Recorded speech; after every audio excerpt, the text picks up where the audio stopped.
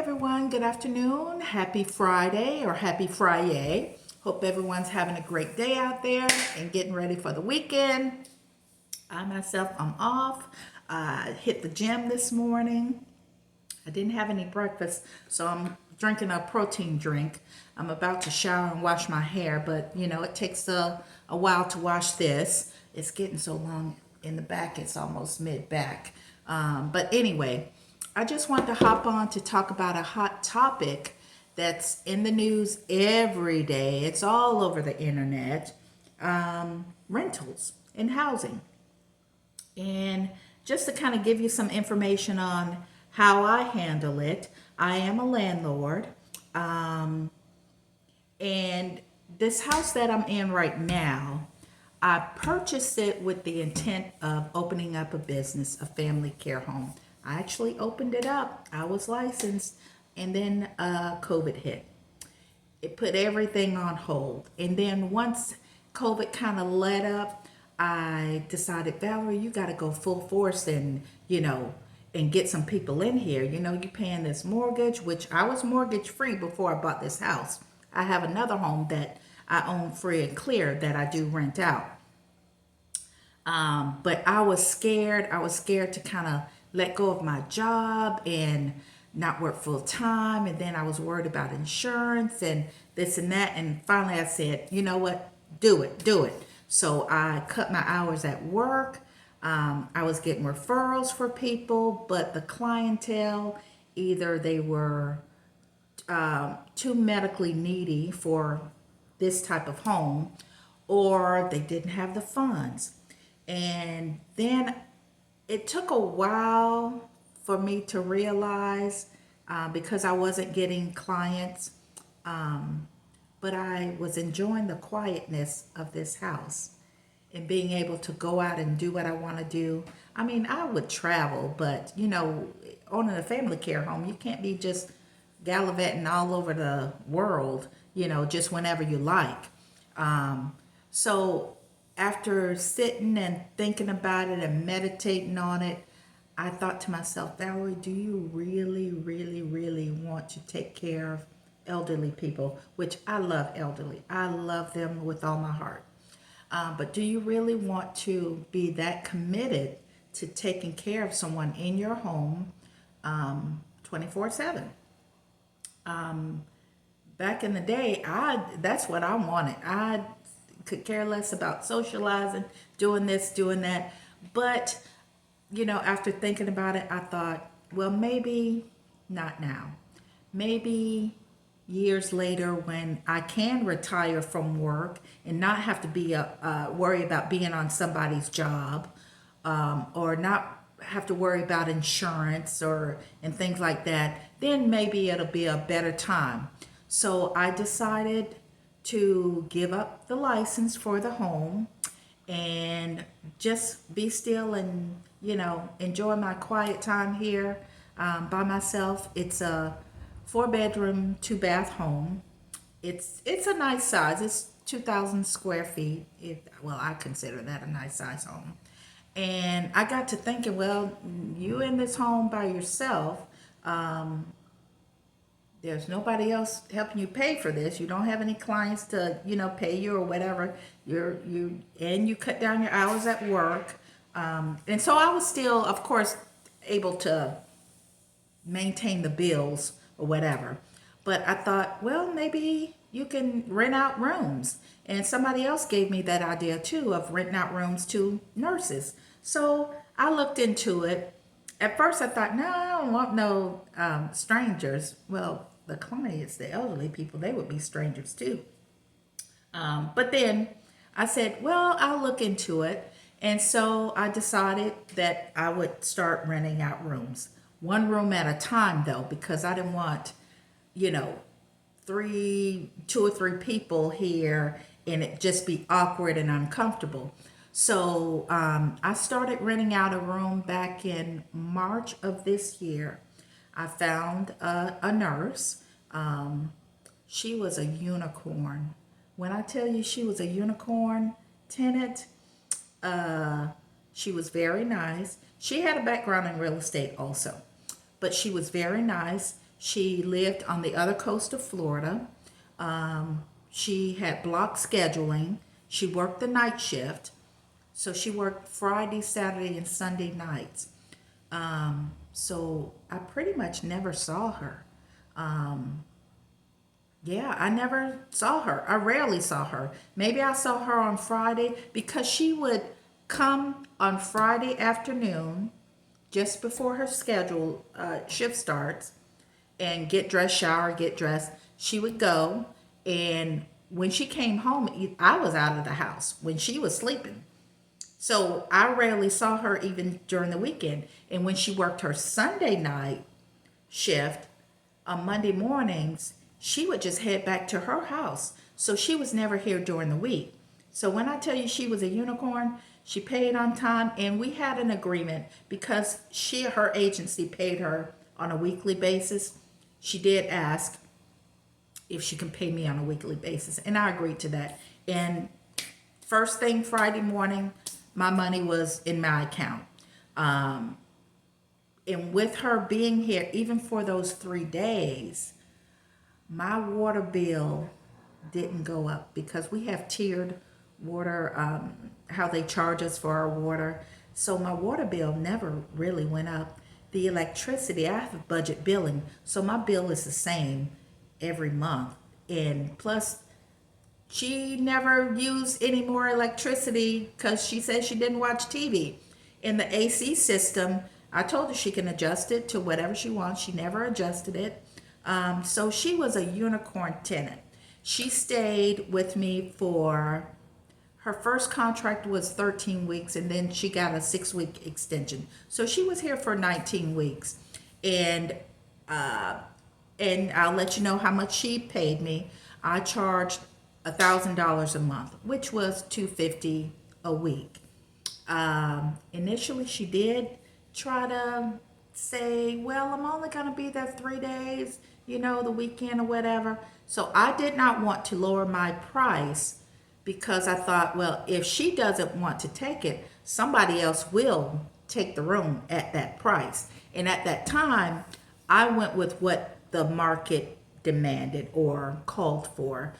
In this area, one room rental was $1,000.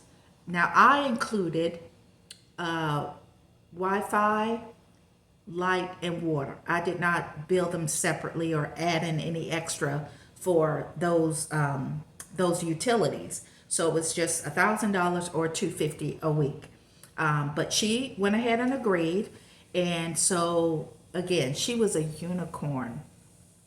And I thought to myself when she left, I thought, there's no way I'm going to get somebody else like that or that nice or that, to herself. And she didn't cook. I told her, honey, there's a full kitchen. I love kitchen gadgets and kitchen appliances, so I have everything.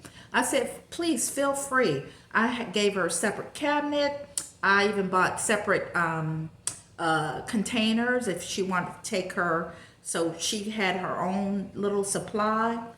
She didn't use the kitchen not once. She ate McDonald's and Chick-fil-A. No, McDonald's and Chipotle every weekend. She never once used a dish. And I thought, wow, I'm going to miss her. But, hey, she had to go. But anyway, so after that, I have my house on a website called Furnished Finders. And I would get inquiries about it, but nothing would fall through. And I'm on a couple of other websites or platforms advertising my house. Excuse me. But things just wouldn't fall through, or people would make an appointment to come see and they wouldn't show up. Then I thought, well, maybe I just should take a break from, renting it. I'm not pressed about it because I'm still working, of course. So I went maybe a month. Her last day was mid-July. So it's been a month since someone has been here. And I just so happened to find somebody on Facebook. I'm on this rental group, landlord group, tenant group on Facebook. And I found this lady and I told her, hey, here's my information about the house. And she was interested. Of course, I checked her out too. So she came just the other day before yesterday, to check out the house. She loved it. She loved the room. She's a professional woman. She's not a nurse, but she's looking for a house to buy here in St. Pete, and there's low inventory, so she thinks it'll take her, a longer time to find a house. So she's renting a room now in an Airbnb, but the lady has a dog that sheds and the lady talks too much. Well, I told her, if you know how to mind your business, I know how to mind mine. We don't have to be friends. We don't have to, interact too much. And the way the house is set up, my bedroom is on this side. That's not my bedroom door, but it's next to that. And the other rooms are on the other side, so we don't even have to see each other unless we're in the kitchen. So she agreed, and we made a rental agreement. I did lower my price to $900 a month to include the utilities, and I'm thinking that's what probably got her, because again, even though people are having a hard time finding housing, the going rate in this area for a room per month is still $1,000. I'm just going with the flow. But I think because I even lowered my price by $100, that was more appealing. And I had just lowered the price about a couple of weeks ago. So she signed a lease. She'll be moving in September 1st. All is well so far. So I just wanted to get online to just kind of tell you guys my process and how I came to rent out rooms. And just so that you know, there's 2 other rooms back there, but it's only 1 bathroom. Most people will want a private bath, and I'm totally okay with just renting out to 1 person so that they can have their own bathroom. However, there was 1 person that was inquired about renting out rooms because she was a coach at one of the local colleges, and her students were needing, and I figured, well, students wouldn't be bad. They would probably more than likely be okay with sharing a bathroom, especially if they've lived in dorms before, whatever. But nothing became of that. So in the future, when this lady leaves, I'm okay with having, maybe 2 people, even though it's 3 bedrooms, I think 2 is enough. 2 people maybe renting out the rooms if they're willing to share a bathroom. But for now, she's a professional woman. She's not going to want to share a bathroom with anyone else. So I will not rent out those other 2 rooms to anyone else. I'm good with our situation. So if you guys out there or are having issues with money, or want to make more money, and you're not cringy with other people kind of being in your space, even though there's a lot of space here, she won't be in my space, I won't be in her space. Renting out a room can be a good idea. Yeah, either it can be extra income to help pay the bills, or it can be extra money for fun money. And to be totally honest, the money that I made from my first tenant, I put it in a separate account. It was my fun money.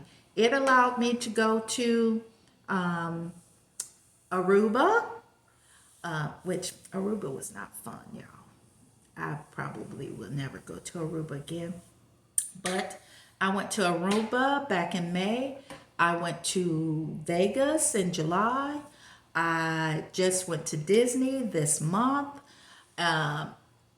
All of that cost more than what I got from her, but it did help soften the blow financially for me to live my life and have some fun.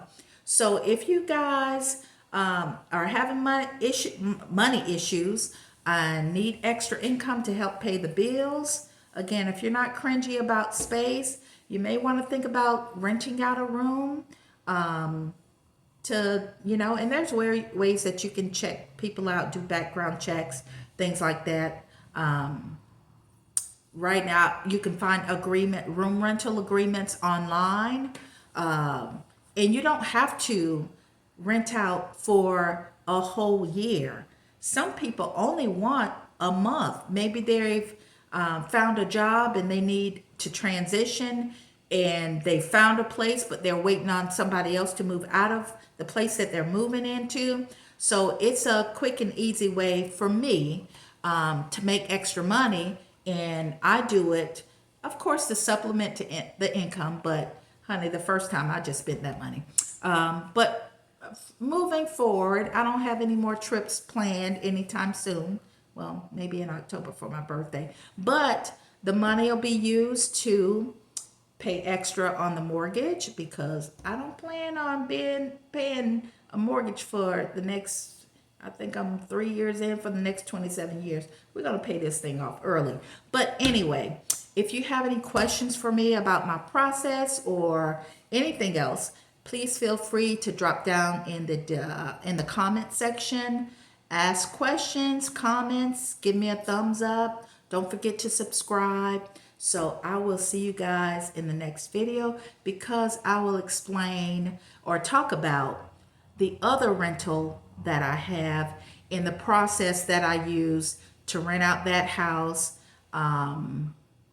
So yeah, stay tuned. Another video is coming on the other rental that I have. I hope you guys have a great weekend, and I'll see you guys in the next video.